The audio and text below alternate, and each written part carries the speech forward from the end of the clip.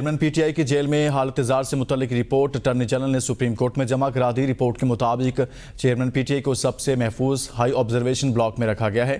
دیکھتے ہیں اسلام آباد سے بشارت راجہ کی یہ report.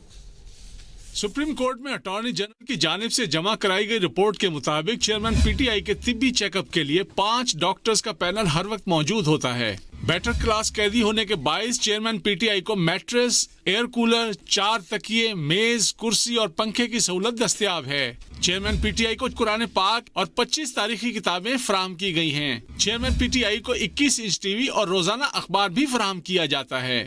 Chairman P T I کے واش روم کی دیوار 6 فٹ اونچی اور واش روم کا سائز 7x4 فٹ ہے۔ 18 اگست کو سیل کے واش روم کی دیوار مزید 5 فٹ اونچی کی گئی۔